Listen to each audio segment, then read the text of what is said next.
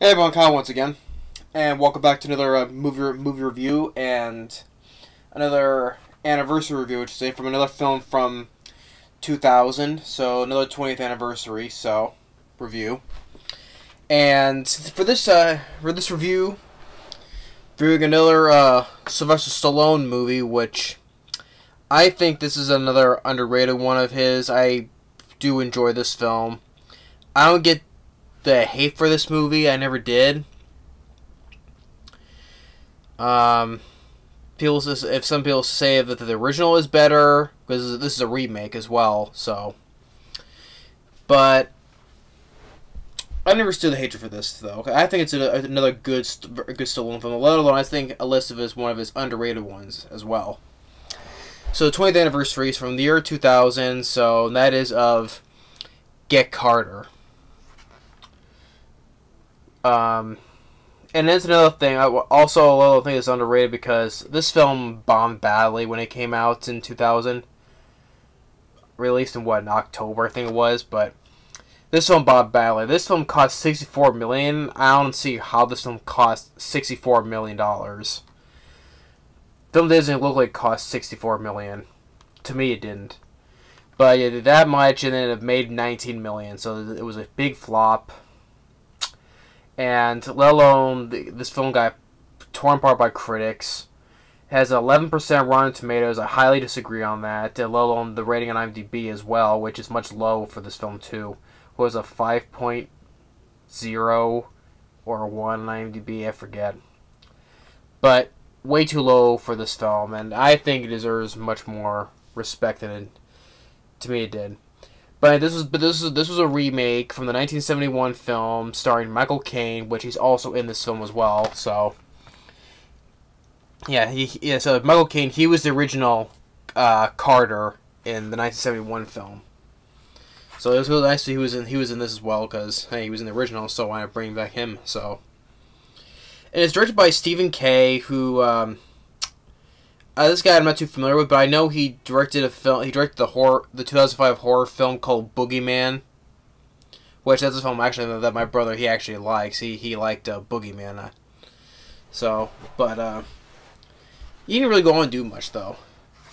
But this film, like I said, the film was torn apart by critics, but it was also nominated for Razzies as well, which, like I said, I'm hit and miss on the Razzies. There's things I agree with, and a lot of things I disagree with the Razzies. But here, no, this film did not deserve to nominate for Worst Picture, Worst Director, Worst Remake/Sequel, or let alone Worst Actor, Stallone. I disagree with that. Definitely disagree with. But so I think Stallone, I think he did a wonderful job in this role as Jack Carter. He's a guy who say he's a financial adjuster, which it's like we owe someone money. It's like a way you owe someone money. He gets sent in, to well, I don't know how you put it, like in a way, like like Unleashed, with Bob Hoskins. If someone doesn't pay up, he takes Jet Li's collar off to remind them, you expect to pay it back, if you pay it back, the collar stays on. You don't pay it back, the collar comes off. Simple enough. It's like in a way, the same way with his character, if they doesn't pay the money back, get him to come in to help, I don't say refresh memory or anything like that, but it's to remind you when you expect to pay it back, you pay it back. So. And in the opening, he's in Las Vegas. He's with John C. McGinley, which you've seen him movies like, he was in Steven Seagal. He was a bad guy. Then comedies as well, which he was also in The Rock too, with Sean Connery and Nicolas Cage, who was one of the Marines. He was in the comedy film Wild Hogs, but you've seen him before. He's been in other films. And then he gets a call that his brother died, so he flies back. I think it was in Seattle, because you show a wide shot of that tall tower. I forget that's like the significant thing of the symbol of Seattle, Washington. So I thought it was in Seattle. But his brother died, and his brother's wife, played by Miranda Richardson, which she's been in films, but I remember her from Tim Burton's Sleepy Hollow, and which the wife and also his brother had a daughter as well, played by Racheal Leigh Cook. And Racheal Leigh Cook,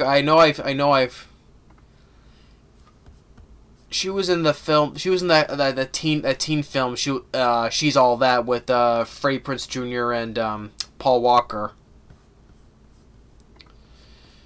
I don't remember her going on to do much.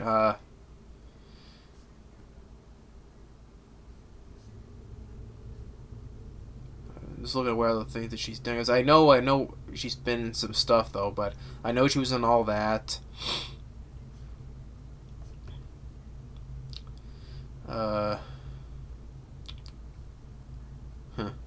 And she voiced in had a voice in a Final Fantasy film, really?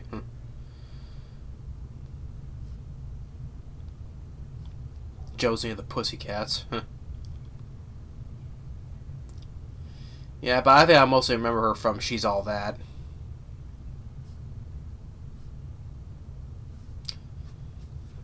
But I remember she's been in some afterwards, but she didn't go on to do much after that. Well, like in recent years. But I thought she did a good job with it as Doreen, the daughter, Racheal Leigh Cook, and I thought she worked well. Had good chemistry between her and Stallone, and when they're talking with each other. First, kind of a little bit resentful, but then eventually, they, bonded, and I thought they had good chemistry with each other. But then, more the gist of the film is Stallone trying to figure out what happened with his brother, because find out he was into some things, and he's talking with other people, like he goes to Michael Caine, like the original Carter himself from the original movie.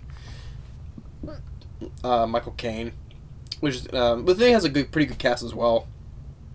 And then he goes into to see Mickey Rourke, which he runs this adult business. You get what I mean? Adult business or porn business. And Stallone, he has some good lines of dialogue too. Like when he's talking with Mickey Rourke, and it's like, take off the glasses. Let me see your eyes. He's like, how's this? Pretty still? And he's like, yeah. And Stallone's like, yeah, like cat piss in the snow. So yeah, that was Stallone has some pretty good lines of dialogue in this film as well, and or when then he's looking for or he's talking with Alan Cumming, which you going to play Nightcrawler in X-Men, of course. What was that character in the freaking Spy Kids movies? I forget the dumb character's name in the Spy Kid movies. I don't care for the Spy Kids films, but he was in those, and then of course the abomination abysmal piece of trash garbage of a sequel, Son of the Mask, because the not too good version of Loki, Tom Hiddleston is much better, twice or three times better Loki than that character in that movie. But he was in that as well, if anybody remembers. But he's in this. He's like this young millionaire, and Stallone's talking with him. And one part where he goes to his place, and he's playing with his little remote control car, and Stallone takes the remote from him, and like he sticks the antenna to close it into him, and or he has to go with his bodyguard. Is like, oh, he looks cute, and doesn't he? And Stallone goes, no. So he's trying to get information from everybody, trying to figure out how his brother was killed, because like they said he was drunk. He died from drunk driving, but the daughter said he didn't drink while driving. But then more he's getting into it, he's getting like you get some good decent fights. Like one point where John C. McGinley he has a brief fight with him in the elevator, decent fight. And there's some pretty decent car chases as well. Like one point once again with John C. McGinley. I thought it was a pretty decent, very decent car chase with when John C. McGinley is chasing after him. Or before that, there was this other guy who offered him, to leave with an airline ticket, and he's like, whoever they're paying you, it ain't enough. And he beats some other guys up, and he's chasing with this one guy, which led part leads to they drive him through a Christmas tree patch. So you get some pretty decent car chases and a little bit of fisticuffs as well, and at least Johnson McGinley, his car flips over to the stairs, and it finds out like the business with this party with Mickey Rourke and Alan Cumming's place, and Mickey Rourke's there, and then telling Mort with Stallone's like, hey, you want to be the good guy? You're the bad brother. Big bad brother. And then Stallone's like, yeah, I know who I am. And then he fights Mickey Rourke, but he gets his ass beaten by Mickey Rourke, and then leaves. And then he goes. Then Stallone gets back up again, and then goes back down where this rave is, and then he beats Mickey Rourke up this time. Although it is a little bit more brief though than the first 10-second fight he had 10 seconds ago. So it is a little bit more brief, but he's more beating the crap out of him when he's on the floor. Then you get the slow-mo where he puts the gun to him. So, but I don't think he doesn't shoot him though. He just lets him live though. Because otherwise, if he would have shot him, then everyone would have ran away, because he's right in the middle of a rave. And then, or even I forgot, but there was this other guy, because why he went the reason why he went after Mickey Rourke is because there's this other guy named Eddie that his daughter, well, not his daughter, you could say his niece Doran knew, and one thing that she got forced into that little well, you can say she was drugged up though, but she was forced into that little dirty business that was involved with Mickey Rourke and other stuff. And there was this disc that her father had, or Stallone's brother had, right? And it was this one disc that what he was killed for. That had all the stuff on there, and there was this other girl, that his brother knew, and then she got killed as well. So yeah, also with his niece got into it and basically raped and stuff like that, and even though there was a good moment where when she told Stallone this, and she starts crying saying it's all my fault, and Stallone saying no, it's not your fault at all, it's not your fault, then comes her and hugs her. So you get that little nice moment between her and Stallone. So I thought Racheal Leigh Cook, I thought she did a pretty good job, working with Stallone. It's like she say she blames herself though, but Stallone's saying it's not, and she comforts her and gives her a hug. And then that's when after he went after that guy Eddie, and he says, please don't kill me. He's like, no. Stallone's saying, no, you killed yourself. And then it cuts away when he's on the ground, hinting that the guy has landed on the car. So you get the idea that he threw him off the balcony and make him land on the car. So, and then that's when he went after Mickey Rourke. And then after we fought Mickey Rourke, takes Alan Cumming, kidnaps him, and then saying, because Alan Cumming's now all pleading for his life now, begging, because he said he didn't want your brother killed. He didn't want to kill his brother. He had nothing wanted to do with it, just for the disc. He told just go off the disc, and he didn't want his brother killed or anything. So he's just begging, but Stallone eventually he lets him go. It's like, I'm gonna give you what I never got, a second chance. And he says thank you, and just lets him go.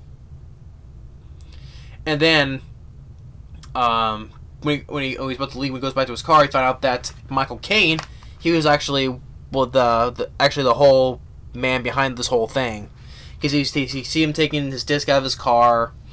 He has the disc. And then when he's walking away, his back turned to him, and Stallone saying, Brumley. And that's Michael Caine's name. He's like, no, you're not, you're not going to shoot me. And he goes and says, sue yourself. And then he shoots Michael Caine in the back. Which that kind of reminded me with Michael Caine's character in On Deadly Ground, is when he walks away, he's telling Steven Seagal's like, you're a man with a code of honor, you're not going to shoot me in the back. I thought it was because it kind of like Michael Caine was doing like the same thing, because walking away thinking he's not gonna shoot him, and he does. Although on Deadly Ground, he gets himself hung upside down, then into the oil. So, and then now because now since he shot Michael Caine, he's gonna be on the run for the rest of his life, and then get another moment where he visits his niece at her father's grave and saying, saying goodbye, and he shaved his beard. Where he had there, he shaved it all off, and says goodbye, and then he heads off to Vegas. And which, by the way, I forgot to mention, his boss that he was working for. It's not. You see the physical guy though, but it's not played by the actor though. But the voice on the phone, the voice of his boss on the phone, is actually Tom Sizemore. Forgot to mention, he has an uncredited voice role as his boss. Name was Fletcher. Yeah, we tell him because with this girl we say Stallone's girl, but it's issue because he has to be with his boss and wants to be with her, and it's back and forth on the phone calls on that. So, but the voice is actually Tom Sizemore. You see the guy on the phone though, but it's not Tom Sizemore. It's another guy, but the voice is actually Tom Sizemore. I was like, okay, because you get collaborations because Stallone, Stallone was with Tom Sizemore in Lockup, and then Mickey Rourke and Stallone will later team up in The Expendables. And of course, Stallone was with Michael Caine back then, and was in the '80s when that film Victory they started together. But honestly, I didn't care for Victory though. I thought this is a much better movie. If you're referring to with Michael Caine and Stallone, I would pick this movie over Victory. That's just me though. So yeah, and the score by Tyler Bates I thought was very decent. Very decent score. And there was a lot of lens. I'm not saying, I would say lens flares, but it's a whole bunch of flashes and transitions. lens flares, yeah. Well, I say speaking of lens flares, a movie you can call the better for remakes as well. I think this is much better than the Total Recall remake. If we're talking about lens flares, flashing everywhere. It's nothing like that though, but I think definitely a much better remake than the Total Recall remake. But I just never got the hate for this movie. I never understood this. I thought it was a pretty good, very good Stallone film. Let alone this. That's why I put this as more underrated ones. And yeah, I definitely to me, I saw little bits of the original with Michael Caine though, but I was like, So yeah, to me, I think this is another one of those remakes that's better than the original. Like with Wes Craven's first two films, I think the remake of The Last House on the Left and The Hills of Ice remakes are better than the originals. No disrespect to the late Wes Craven, may rest in peace though, but I have the originals, but I just think I think the remakes were better than the originals. So yeah, I'm a guy. You can say that I think I'm usually a guy who's always prefer originals over remakes. Although I do like a lot of remakes though, but for me saying the originals are always better than the remakes, well, not really, because like I said I think the remakes of Hills of Ice and Last House on the Left are better than the originals. Here's another remake. I think it's better than the original to me, and this one I think is. I mean, this film didn't deserve the flop, though. I mean, I never said the hatred or the Razzies. Frick the Razzies. I thought the cast was pretty good. So yeah, especially Stallone, I thought he did a bang up job as playing Get Carr, because his character, he's a guy who doesn't like to get fucked over with. Excuse the pardon the language, but that's what his character is. And I thought Racheal Leigh Cook, I thought she had good chemistry with as the niece with Stallone. Alan Cumming, I thought he did fine. Same with Mickey Rourke. Michael Caine. Sorry, Michael Caine, but I thought this remake was better than your original movie. I'm sorry. Although you were fine in your role in this as well. So yeah, Stephen K. Yeah, I thought he did a good job. Although I think I like this better than Boogeyman. Although my brother, well, I don't think my brother has not seen Get Carter, but he likes Boogeyman though. Because yeah, it was back then when he used to see films on his own, so He's. I never saw Boogeyman, but he did. He saw that at the theater by I think it was a friend. I forget though, but he saw Boogeyman. He likes that movie. I'm the other way around with the director. So, but I enjoy Get Carter. I think it's another great Stallone film. One of the more underrated ones. I never understood the hatred for this. I enjoy the character of Jack Carter.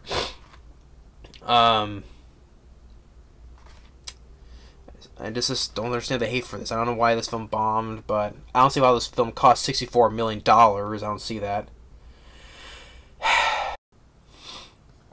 But it's just, this is me though. But if anyone has seen this film, I recommend you check it out. If you think the original is better than this film, to each their own. Or you think this film, or the vice versa. But I think this is better than the original, to me. As I only saw just a little bit of the original though, but I just didn't get to it. So I think I think this is much better. But yeah, but if you like the film, that's fine. If you don't, to each their own as well. But to me, I enjoy this film. Underrated Stallone film. So yeah, to me, 20 years later, because year 2000, I think to me it's a Stallone film that still holds up for me. To me, it does. So yeah. So that's my 20th anniversary review of Get Carter. I give it a thumbs up because I enjoy this film. I never understood the hate for it. As a big fan of Stallone, he does a really good job as Jack Carter. But thanks for watching and stay tuned for the next movie review. Later.